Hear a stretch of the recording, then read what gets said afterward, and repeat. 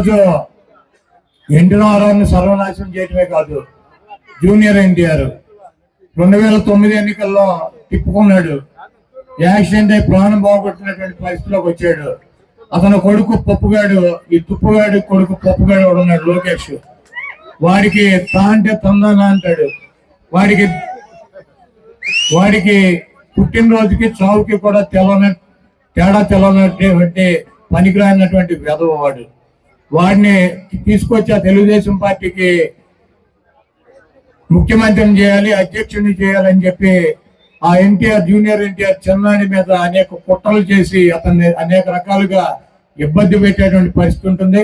NT రామారావుని, పెద్ద ఎన్టీఆర్ని కానీ చిన్న ఎన్టీఆర్ని కానీ అభిమానించేటువంటి ప్రతి వ్యక్తి కూడా ఈ దొంగ, ఈ 420 గాడు అయినటువంటి చంద్రబాబుని గొయ్యి తీసి గోతులో కనుక పాతి పెట్టినట్లయితే ఆ పార్టీ రేపు ఎన్టీఆర్ చేతిలోకి వెళ్తుంది. కానీ ఈ పనికి మాలినటువంటి చంద్రబాబుని, లోకేష్ ని గెలిపించినట్లయితే ఆ ఎన్టీఆర్ ను కూడా అనాదన చేసి ఆ ఎన్టీఆర్ ని కూడా బయటకి గెంటి ఈ పంది కుక్కలు ఈ పార్టీని ఆక్రమించుకుని పేదల పొట్టగొట్టి వీళ్ళు సంపాదించుకుని కోటాను కోట్ల రూపాయలు సంపాదించుకుని ఈయన మద్దతుదారులు బతికేటువంటి పరిస్థితి ఉంటుంది. కాబట్టి ఎన్టీ రామారావు నిర్మాణించేటువంటి ఎన్టీఆర్ అభిమానులు కావచ్చు, రాజశేఖర రెడ్డి గారిని నిర్మాణించేటువంటి రాజశేఖర రెడ్డి గారి అభిమానులు కావచ్చు, గౌతులచ్చన్న గారు చూపించినటువంటి మార్గంలో నడిచేటువంటి వ్యక్తులు కావచ్చు, డాక్టర్ బిఆర్ అంబేద్కర్ గారు చూపించినటువంటి ఆయన చూపించినటువంటి దారిలో నడిచేటువంటి జగన్మోహన్ రెడ్డి గారికి మనందరం కూడా మద్దతు ఇవ్వాల్సినటువంటి అవసరం ఉంది. ప్రజలను నమ్ముకుని, దేవుణ్ణి నమ్ముకుని మీ ముందుకు వచ్చి నేను మంచి చేశానని చెప్పి మీరు భావిస్తే నాకు ఓటేయమని చెప్పి అడిగేటువంటి జగన్మోహన్ రెడ్డి గారిని అత్యున్నటువంటి స్థానంలో కూర్చోబెట్టి మళ్ళీ ముఖ్యమంత్రిగా చేయాలని చెప్పి మీ అమూల్యమైనటువంటి ఓటు 120 సార్లు మీకోసం అనేక బటన్లకి 2,50,000 కోట్ల రూపాయలు మీ పేద ప్రజల అకౌంట్లకు ఇచ్చినటువంటి జగన్మోహన్ రెడ్డి గారి కోసం ఒక్కసారి బూత్కెళ్ళి 2 బటన్లు నొక్కి ఫ్యాన్ గుర్తు మీద శాసనసభ్యుడిగా నన్ను, పార్లమెంటు సభ్యుడిగా వచ్చేటువంటి జగన్మోహన్ రెడ్డి గారు పంపించేటువంటి వ్యక్తిని గెలిపించాలని చెప్పి ఈ చంద్రముఖిని ఆ ఈవీఎంలోనే ఈ ఒక్కసారి కనుక బంధించినట్లయితే 2029కి ఈ రాష్ట్రానికి పట్టినటువంటి దరిద్రం వదిలిపోతుంది. ఇంకెప్పుడు కూడా మనకి జీవితంలో చంద్రబాబు అనేటువంటి ఫేస్ గానీ, ఆ పేరు గానీ, ఆ బొమ్మ గానీ కనపడకుండా అంతరించిపోతుందని చెప్పి తెలియజేస్తూ సెలవు తీసుకుంటా. 14-15 అన్నారు. ఆ తర్వాత వచ్చేది మళ్ళీ మనకి దసరా పండుగలు, సెలవులు, దసరా పండుగ సెలవులు. ఒకటే అక్కడ ఒక సైకో పరిపాలన, అలాగే ఒక సౌండ్లెస్ మైండ్ అంటాం మనం. అంటే మతి స్థిమితంలోనే ఒక నాయకుడు కేవలం ప్రజా సంక్షేమాన్ని గాలికి వదిలేసి ఈ రాజకీయ కక్షలతో ఈ ప్రతిపక్ష నాయకుల్ని చేయడమే తన జీవితం జయంగా పెట్టుకున్న ఒక సైకో మాట పరిపాలన జరుగుతుంది అక్కడ. ఇక్కడ చూస్తేనేమో అంతా ఇది బసిపూసిన మారడికాయలాగా ఇక్కడ జరుగుతుంది ఇక్కడ వ్యవహారం. సో ఇక్కడ తప్పకుండా పొద్దున విషయంలో ఆయన చెప్పిన ఆదేశాల మేరకు ఇక్కడ ఉన్న ఇన్ఫర్మేషన్ ఆయనకి అందించి దాని మీద నిర్ణయం తీసుకుని, సో ఇక ఎవరితో ఏంటి అన్నది తర్వాత సీట్లని అన్నీ పోటీ చేయడమా, లేకపోతే పొత్తులు ఎన్ని పోవటము, లేకపోతే మేమే అన్నిట్లో చేయడమా, లేకపోతే అన్నిట్లో కాకుండా ఏంటన్నది మేమంతా బేరు చేసుకుని కూర్చుని రేపటి ఈ రోజు నుంచే, ఈ క్షణం నుంచి నేను ఇక్కడ అడుగుపెట్టిన దగ్గర నుంచి కూడా ఇక అరివిరామంగా, అంటే ఇక ఎటువంటి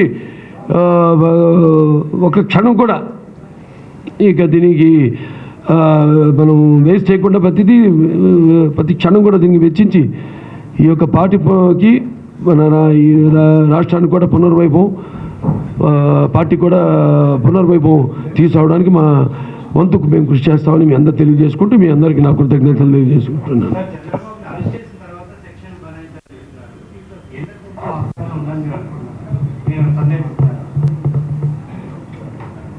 అది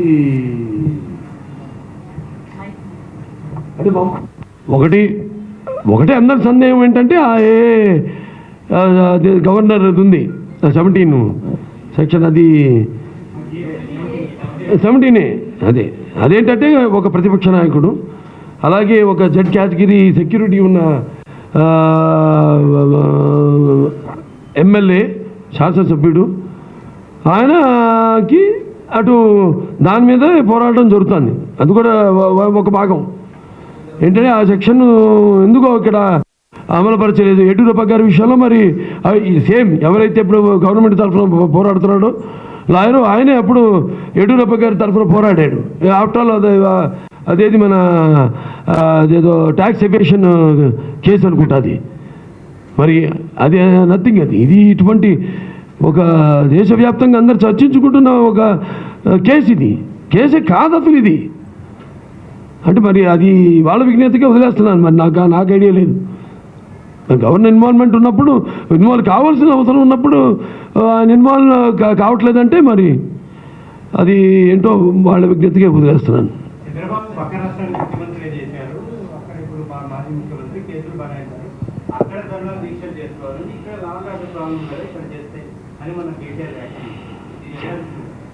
ఏమండి ఇక్కడ ఎక్కువగా మీరు చూస్తే సిటీ వరకు చూస్తే ఎంత ఐటీ ఎంప్లాయీసు వాళ్ళు అలా టపాగా అల్లర్లు చేసేవాళ్ళు, రాళ్ళు వేసిన ఆ టైప్ కాదు. వాళ్ళ ర్యాలీలను అడ్డుకోవడం,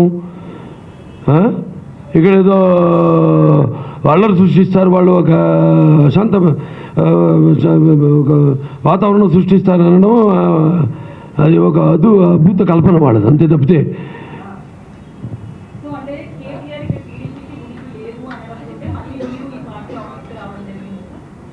ఆ టైం లేదమ్మా.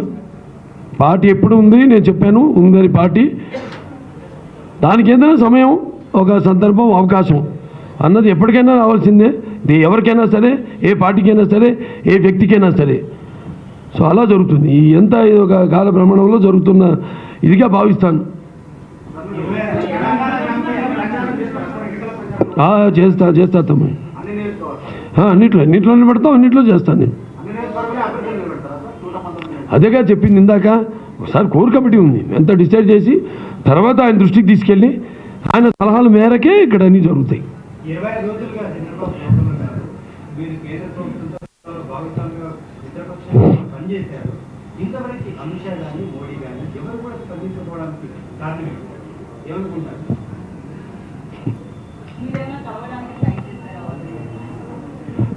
అక్కగారు ఉన్నారు, బీజేపీ పార్టీ అధ్యక్షురాలు ఇక్కడ దగ్గుబాటి పురంధేశ్వరి గారు, ఆవిడతో నేను టచ్లో ఉన్నాను. నేను తప్పకుండా కలుస్తాను. ఎందుకంటే ఇది ఒక రకంగా వాళ్ళ వరకు నుంచి కూడా ఎటువంటి రాకపోవడం, దేనికైనా ఒక మనకు ఒక అవగాహన రావాలి. మీరు అడిగారు ఇందాక ప్రశ్న అడిగారు, ఏంటి వాళ్ళ ప్రమేయం కూడా ఉందని. ఒక అవగాహన రావాలి మాకు కూడా. టోటల్గా అవగాహన రాకుండా ఒకరి మీద నింద వేయడం కానీ, ఒకరితో మనం పొత్తులకు వెళ్ళడం కానీ అది జరగదు. So just watch and wait and watch.